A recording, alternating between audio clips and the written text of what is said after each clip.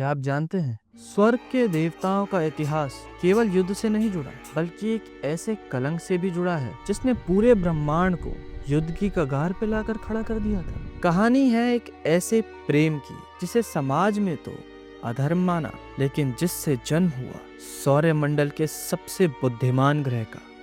जय श्री चक्रधर। मेरा नाम है Bharat and I welcome you all to unscripted mysteries, जहां हम प्राचीन ग्रंथों में दबी उन सच्चाइयों की खोज करते हैं जो समय के साथ धुंधली पड़ जाती है।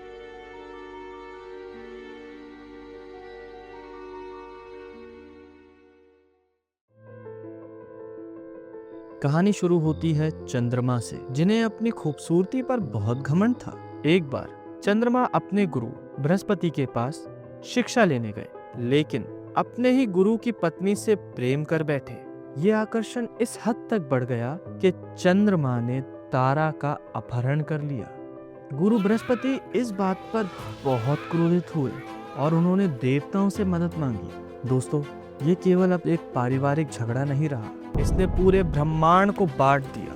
एक तरफ थे इंद्र और देवता जो अपने गुरु बृहस्पति के साथ खड़े थे, और दूसरी तरफ थे असुरों के गुरु शुक्राचार्य जिन्होंने चंद्रमा का साथ दिया। स्वर्ग और पाताल के बीच हाहाकार मच गया और इस युद्ध को कहा जाने लगा तर्कमय संग्राम। अंत में ब्रह्मा जी को दखल देना ही पड़ा। उन्होंने युद्ध रुकवाया और तारा को वापस से बृहस्पति के पास भेजा। मगर कहानी यहाँ खत्म नहीं हुई है दोस्तों। तारा उस समय गर्भवती थी और जैसे ही तारा की संतान ने जन्म लिया, वे संतान इतनी तेजस्वी थी कि चंद्रमा और बृहस्पति दोनों उसे अपना बेटा बताने लग गए। तभी तारा ने बताया कि इस बेटे के पिता चंद्रमा है।